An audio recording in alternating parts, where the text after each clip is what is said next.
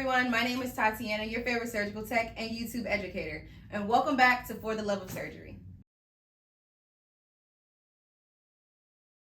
So today I have some goodies for you guys.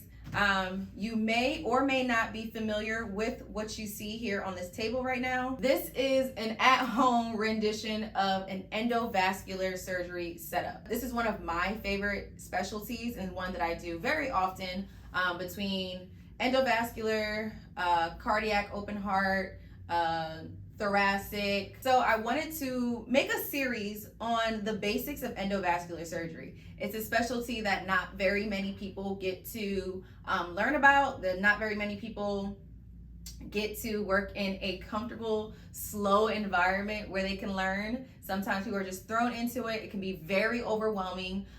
Depending on who your surgeon is, they can move very, very fast. So I just wanted to get down to the basics so that way you guys have a better understanding of what it is that you may be working on in the future, and to also maybe help you prepare for if you want to do some type of travel assignment in the future as well. So to begin this first part of the series, I want to kind of just explain the setup overall. So this is my setup, or as close to my personal setup as I can, being at home and not in an actual OR. I set it up this way every single time, no matter what facility I'm at. I always set it up this way, okay? So for endovascular cases, these are typically the things that you'll have in your setup. A Sharps box, of course. You'll have typically a hypo. You'll always want to make sure you have a marker. Typically, you'll have some Dermabond on your field, a disposable knife, because you usually don't have any real instruments that need to be processed in SPD. And to follow up with that, typically an endovascular pack comes with disposable instrumentation. So the instruments that come in these packs are usually one-time use. I typically like to keep all of them on the field, especially a scissor and a hemostat, or the needle driver that's in here. Because sometimes when they're getting access, that initial hole, it ends up a little stretched out, and they want to just throw one stitch just so it heals a little bit better at the end. You always want to make sure there is an ultrasound drape on your field.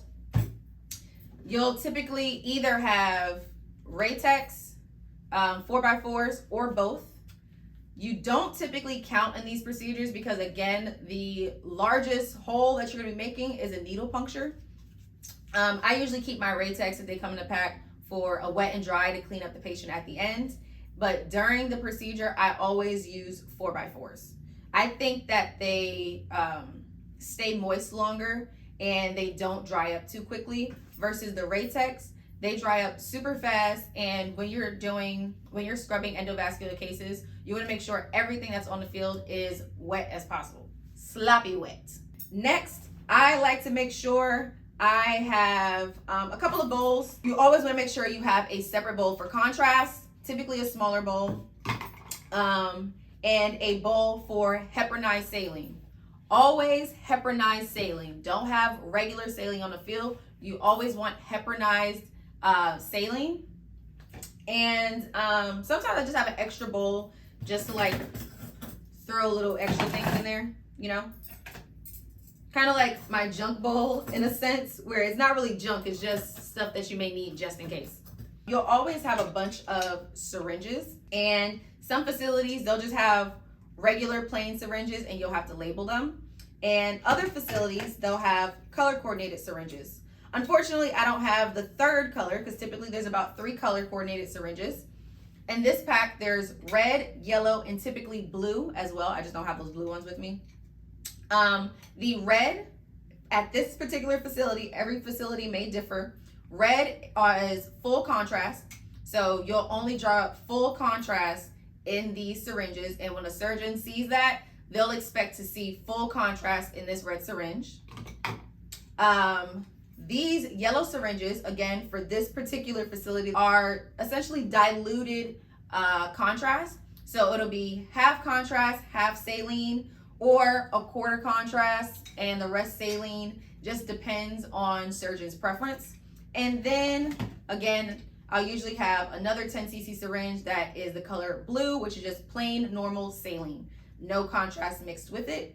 I personally like to have larger syringes on the field, so when I'm flushing my wires, I don't have to keep reloading 10 cc syringes, and I can just use a big old 30 cc syringe to flush the lines. And we'll talk more about that later. Next, what you'll have on your field is always your access kit, which comes with an access needle, a longer needle. Don't recap your hypos, y'all know this. Then it also comes with a wire. So this is your first wire that'll be in the case, that you'll use in this case. And then you'll have your first catheter, small little 5 French catheter. This is something that you will always have on the field for your endovascular cases. If you don't have any other wires, if you don't have any of this other stuff, you know every single time you'll need this access kit, because you have to gain access into the patient's vasculature. Next, you'll typically size up, and you'll need a longer catheter and a catheter that has a stopcock on it. So they'll change from this smaller 5 French catheter to this longer 5 French catheter with this stopcock on this side of the, on one side of the catheter. And this comes in partnership with a J wire. And it's called a J wire just because the tip of the wire is a J. And I don't know if you can see that very well, but the tip of the wire is a J. That's why it's called a J wire. And to get a little more in depth, you may also have a glide wire. I feel like this is everyone's favorite. You know this is a glide wire because this purple piece at the end of it. And glide wires are exactly what they're called. This material that's coated over the wire is very smooth. It's hydrophilic. So once you put water on it, it glides very easily. It's very slippery. So it just glides really nicely through the patient's vasculature. Really, the biggest thing for wires to know is if they're stiff, if they're regular, and the length. As they're given to you throughout the case, you just want to pay attention to the names of the wires if you're not familiar. You want to relate them to maybe the color of what's on the end of the casing, or maybe get used to what that casing looks like. There's different things that can help you remember what wire is being opened and what wire is on your field, especially if you're relieving someone for a lunch break. And another thing that you have on a table that I like to put underneath my towel is a catheter. And these catheters come with different sizes or different shapes on the tip of them. They may have holes in the sides of them. They're used for various different reasons. One thing I do want to say is these catheters that have these different shaped tips come with a little white plastic sleeve on it. Do not take that off. It's used to straighten the tip of this catheter, so it's easier for the wire to enter there. And again, we'll talk more about that throughout this series. Now, something that I always like to point out for these endovascular cases, I love towels. So I put towels down, but I always make sure my towels are wet. For this environment here, my towels are not wet because I don't want water all over my carpet. But typically this towel that I have here is always down here. It's just one towel, one blue towel folded in half the long way, like hot dog style, as we used to say back in school. And I like that to be here so I can control all my catheters, because you can, depending on the procedure, depending on the patient's anatomy, depending on the surgeon, you may have a bunch of catheters, and I feel like they get jumbled up when they're just laid out on the table. So I like to contain as much as possible in these cases, because the last thing that you want is the end of the wire that is not in the patient. So if half of the wire is in the patient, the other half is not, and the wire is so long that it comes to your back table, the last thing I want is for something to get caught to that wire and come out of the patient. Something you don't want. Especially if it's a very difficult patient with crazy vasculature and it was very hard for the surgeon to get up and over and around to their access points. If you tug on the wire on accident or anything, they could completely lose their placement, and it could potentially not be pretty.